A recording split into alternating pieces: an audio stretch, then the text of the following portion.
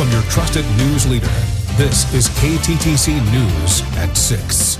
We appreciate you choosing to be with us tonight at 6, everyone. I'm Brock Burgee. And I'm Caitlin Alexander. Here in Olmsted County, a fall award ceremony for the Sheriff's Office happening right now. We're bringing you a live look at the setup for that ceremony, scheduled to begin right now at the top of the hour. This time around, the Olmsted County Sheriff's Office is appointing 18 new members, promoting 3 and honoring more than 50 staff members with letters of recognition or life-saving awards. KTTC's Ryder Blair is currently there as things get set up and ready to go. We'll have more from the ceremony for you tonight at 10 o'clock. People living in Olmsted County concerned about mental health, access to care, and food security. Those are 3 health priorities rising to the top of the county's 2025 Community Health Needs Assessment. Now, we got the results of this survey today. Both mental health and access to care were priorities also identified in the 2022 report. The county says this shows the ongoing challenges the community is facing. Food security is new in this year's report. Olmsted County says 8% of adults in the county are worried about running out of food in 2024, that was. The county says following each survey, Olmsted County Public Health Services, Olmsted Medical Center, and Mayo Clinic work with community partners to develop plans to address identified health priorities. Chief Meteorologist Nick Jansen is live on the weather patio for us tonight. Nick, another fall-like day. We've waited a long time to get days like this. Yes, we have, Caitlin. We had a really warm September and a warm start to October. It took about 5-6 days for us to finally get some fall-like conditions, and it will really feel like fall coming up tomorrow morning. Temperature outside at the moment at 61 degrees at RST. We have the wind out of the west-northwest at about 12 miles per hour.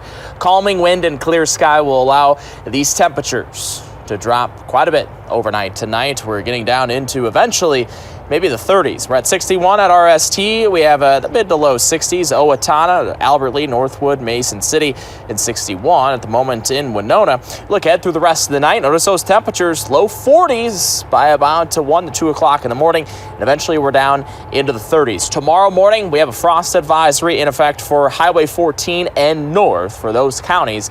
Looking at temperatures maybe getting down into the low 30s. That will be from 3 a.m. until 9 a.m. Wednesday morning. So looking ahead through the day tomorrow, notice those temperatures in the mid-30s by 5 to 7 o'clock. A lot of sunshine tomorrow. High temperatures probably in the low 60s. So we have frost tomorrow and then some big warming temperatures on the way by the upcoming weekend. We'll detail that in your full first alert forecast. We'll send it back to you in the studio. All right, Nick, thanks. We'll see you soon. The Minnesota Bureau of Criminal Apprehension, the BCA, reportedly finding issues with DWI test results in Winona County. The state agency said this in an email to the Sheriff's Office on Friday, September the 26th. So joining us live now in our studio, our Eric Min contacted the Winona County Sheriff's Office about this finding. Eric, what did you learn? Brock, Caitlin, Winona County Sheriff Ron Genrud tells me he saw this email on the Monday after that weekend. He says the BCA informed the Sheriff's Office that its breath test machine used between June 14th and September 20th had an issue and might affect test results. According to Genrud, the county attorney's office contacted the attorneys who represented those people who had been tested on the machine between those dates. He says by his count, this affected 39 people. The sheriff says the county attorney plans to dismiss any pending DWI cases where that machine was used during that time period. He says she also is working with the defense attorneys to vacate any convictions.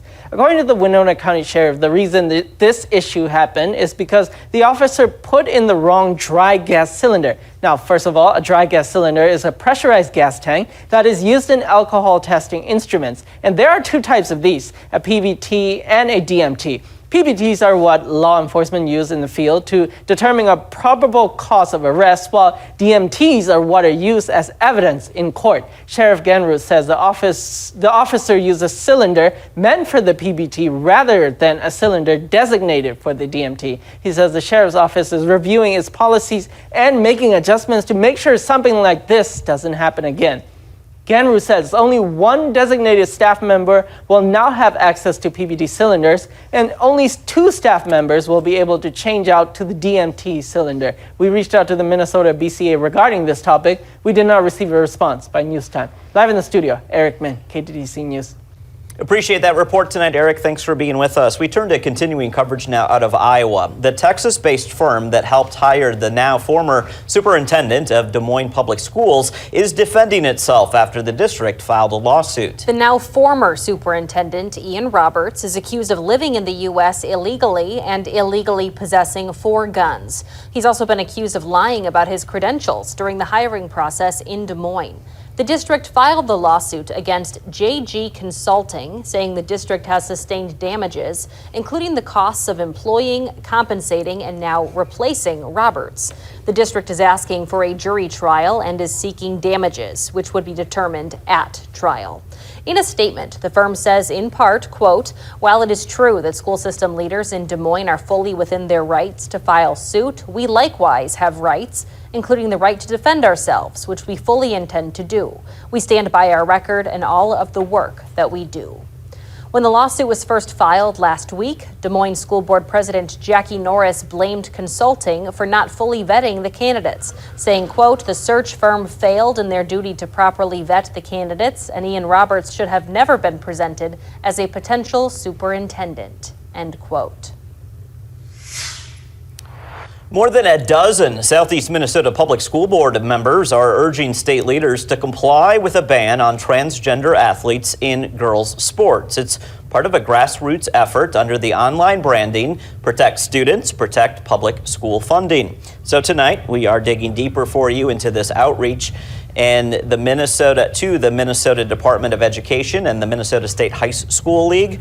Last week, the U.S. Department of Education announced it had found the state was in violation of Title IX for allowing transgender athletes to compete in girls' sports like skiing, lacrosse, track and field, volleyball, and also softball. Federal officials provided 10 days for the state to voluntarily resolve its alleged Title IX violations or risk enforcement action. That 10-day deadline is this Friday. This week's letter, penned by the group of school board members, which at last check numbered around 130 from across the state, reads in part, quote, "By entering into the resolution agreement promptly, MDE and MSHSL can provide the clarity that our districts and schools need to focus on educating and supporting students effectively. Swift compliance is essential to protect the federal funding that supports Minnesota's schools," end quote. Now, the list of online signers continues to grow. Right now, at least one school board member from each of these 10 area districts has indicated their support. The letter states their views are on behalf of themselves and their constituents and not their respective school districts. In addition to MDE and the State High School League, the correspondence is also being shared with the Attorney General and the Governor, along with state lawmakers. In response, Attorney General Keith Ellison providing a statement to KTTC this afternoon. It read in part, quote, "The federal government's threats violate the U.S. Constitution, Minnesota law, and Title IX itself. I'm fighting to prevent these harmful cuts, stop the administration's bullying of transgender kids who just want to live their lives in peace and protect the rights and freedoms of all our students in Minnesota," end quote. Ellison's office has filed a lawsuit against the U.S. government alleging executive orders signed by President Donald Trump violate the Minnesota Human Rights Act. KTTC also reaching out today to the Minnesota State High School League and the State Department of Education. At this time, we have not received a response. The governor's office has also not gotten back to us. We now know the final day vehicles can drive on a northern Iowa bridge before it's closed for demolition. The Black Hawk Bridge going over the Mississippi River from Lansing, Iowa into Crawford County, Wisconsin will close October 20th. This is happening as crews work to build a new bridge over the river. The Iowa DOT says plans are in place for a ferry to help traffic.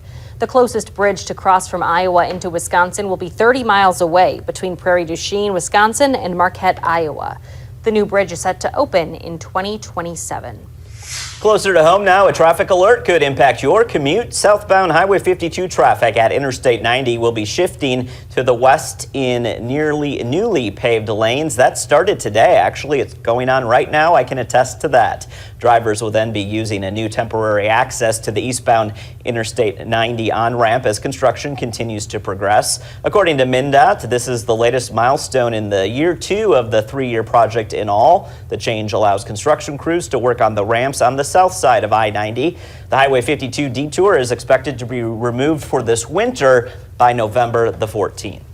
Well, concerns in the sky still to come here tonight on your news at 6. With FAA employees worried about pay, the Secretary of Transportation is trying to focus on safety over salary. That story next. Hey, we have some cold temperatures on the way here tonight. Frost advisories issued for some of us. We'll detail that and look ahead to some warmer days by the weekend. That's in your full forecast. And your garden gallery winner tonight, we have Tammy from Stewartville winning a $10 gift card to custom retaining walls and landscaping. You can claim those gift cards at the Rochester location. We'll have your forecasts coming up next. Soup weather has arrived, and with it, On the national front, the ongoing government shutdown is beginning to directly impact air travel. A dozen Federal Aviation Administration facilities across the U.S. saw staffing shortages last night as air traffic controllers call out sick. Ivan Rodriguez reports on the travel turbulence and how the Department of Transportation is responding. The government shutdown is not just a Washington problem. It's now landing at airports across the country. The Department of Transportation says more than 13,000 air traffic controllers are expected to continue working through the government shutdown, but without pay. Some are starting to not show up. With the government shutdown sliding into its 7th day, Transportation Secretary Sean Duffy says air traffic controllers are wondering if there's an end in sight. They're thinking about, am I going to get a paycheck? Controllers are considered essential workers, so they must work during the shutdown, but are not being paid. We want to make sure we have air travel safe and controllers focused not on their mortgages, not on their next paycheck, not on food at the table, but actually on making sure you and your family are safe. 12 FAA facilities saw staffing shortages Monday night. The control towers in Burbank, Phoenix, and Denver had so-called staffing triggers reported in the public FAA operations plan. Other facilities that handle air traffic around airports in Newark, New Jersey, Jacksonville, Florida, Chicago, Washington, D.C., and Indianapolis also were short-staffed, which in some cases caused hours-long delays. If we have additional sick calls, we will reduce the flow consistent with a rate that's safe for the American people. Former air traffic controller Harvey Skolnick says anytime a facility isn't staffed properly, it has a ripple effect. It has an effect on breaks. It has an effect on controllers getting time off. It has an effect on training. And the job is tough enough as it is. And when you have to work 6 days a week, and now you're not getting paid on time, so everything has a cumulative effect on the FAA. The FAA is expecting short staffing at some facilities across the country, according to its operations plan. Chicago's O'Hare International Airport Air Traffic Control Tower will be short-staffed until midnight. As for Hollywood Burbank Airport, the towers are not expected to shut down again, but without a full staff of controllers, delays are likely. Other facilities with short staffing include Nashville, Houston, Newark, and Las Vegas, and flights in the Boston area. I'm Ivan Rodriguez reporting. Here's your first alert weather with Chief Meteorologist Nick Jensen. We had pretty nice temperatures across southern Minnesota, northern Iowa today, highs in the low 60s. Tonight, a little cold. Notice we have some alerts to pass along. We have freeze warnings and frost advisories across most of the state of Wisconsin and Minnesota. So looking at most areas north of Highway 14, we have in the light blue, that's a frost advisory, freeze warning where temperatures dropping down probably into the low 30s, if not the upper 20s in all those areas in purple. So here locally, we do have some of our counties under that frost advisory. We have Owatonna, we have into Dodge, Olmsted, and then we have Winona, Wabasha, Goodhue counties. This will be in effect from 3 a.m. until 9 a.m. Really looking at areas north of about I-90 for that chance of some frost tonight. Our average first frost typically around this time of year, last week of September, first week of October. Again, some of those local dates for some of those cities will change, but within about that 2-week period for areas in light blue, we have that coming up in Rochester for that Highway 14 corridor. Along the River Valley, typically a little later, that first or second week of October, but we're still pretty close to around average in terms of that first frost. Live look outside on our Lucianato live camera. Sun setting here this evening. Temperatures in the low 60s. We have upper 50s in Owatonna, Dodge Center at the moment, and in Winona. Temps tonight into the 30s. So definitely a little shock to the system compared to that warm start to October that we've had recently. Future track radar, one of the culprits of those dropping temperatures, well, the clear sky. Clear sky, light wind, and then we got that northerly flow tonight. That'll really drop those temperatures down. So weather headlines here, the first alert on that frost possible tonight. If you have those outdoor plants that are sensitive to the cold weather, try to cover them, try to water them before you go to bed. Make sure there's some moisture there. That'll help them overnight, or cover them.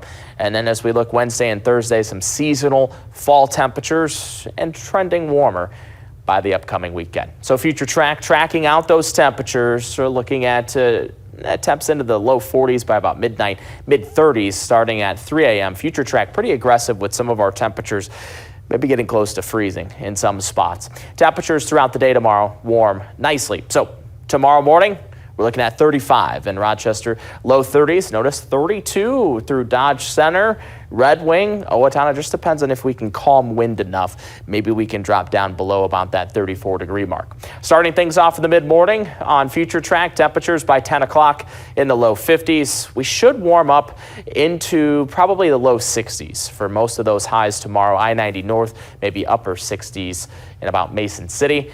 Colder temperatures, not sticking around too long here as we look at your frost and freeze forecast. Frost possible really just Tuesday night into Wednesday. Notice our overnight lows then Wednesday into Thursday at 39, and then 50s and 40s for those lows extending into the weekend. So really just tomorrow morning is that one chance of some frost. High temperatures tomorrow, low 60s in some locations, mid 60s through about northern Iowa and Charles City. 7-day forecast in the Med City. We will have that chance of a few overnight showers Thursday into Friday. Most of those daytime hours completely dry all the way through Saturday. A couple spotty showers on Sunday. And guys, I think that best chance of rain in the near future would be next Tuesday. A lot of farmers are going to be really busy this week. Yeah, this is going to be a nice stretch here, it looks like. So the cold temperatures still okay for farmers this time of year? Yeah, as long as we have a little bit of movement in the air, It's not going to be so bad with those cooler temps. All right, good. That's good news. Thanks, Nick. Nick. Next in sports, high school tennis in both Iowa and Minnesota, plus a section soccer tournament preview when we come back. Kate?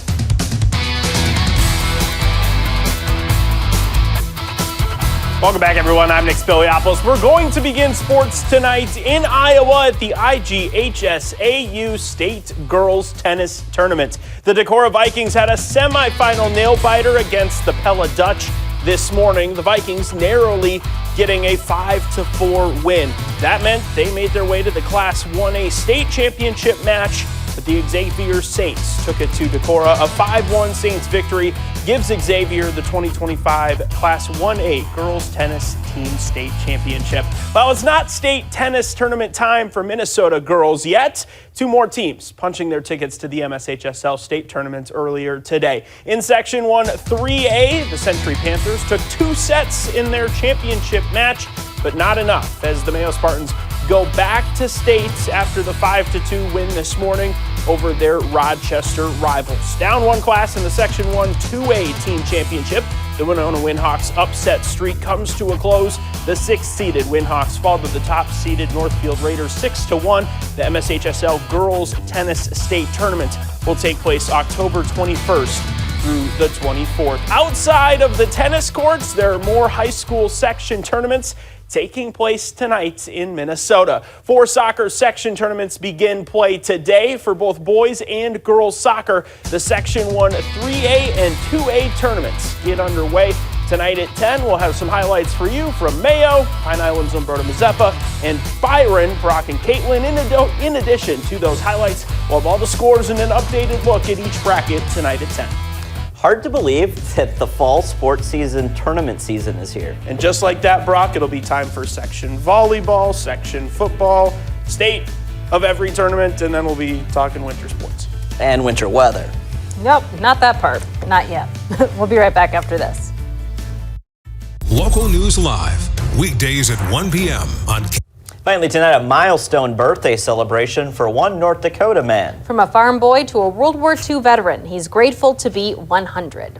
George Hayden from Watford City still mows his lawn, does his own laundry, and even fits into his Navy uniform, though he says it is a little snug these days. He grew up in the shadow of his father's World War I service. That led him to enlist early. It was a choice that landed him in one of the war's most exclusive clubs, manning a submarine. Hayden served aboard the USS Ling during the war, patrolling the Atlantic in one of the world's most dangerous roles. Well, I didn't know anything about danger, and we just volunteered because it was about $6 more in salary. All of us are thinking the same thing. We all want to refute that this man is 100 years old. Looks incredible. These days he credits staying active and never quitting for his long life. So that's the recipe. He drives a riding lawnmower better than I can at 33. I wish you could have seen Nick walked over to the monitor to look that guy's 100. I couldn't believe it either. Yeah. Looks incredible. Happy birthday to him and celebrate us. Happy birthday. Let's hope we can mimic that when we're that age. Yes. Yeah, one can only hope. I was going to make the obvious joke, some of us closer than others. You know what? I didn't even think of that. Good job, Caitlin. Thanks. Yeah, Let's don't talk you have about some the weather to talk about? Yeah, it's 62 for the high tomorrow. That's it. Back to Brock being home jokes. Maybe not. Thanks for joining us. View News, Weather, and Sports tonight at 6 o'clock. He doesn't. Have I mentioned how much I love these guys? See you at 10.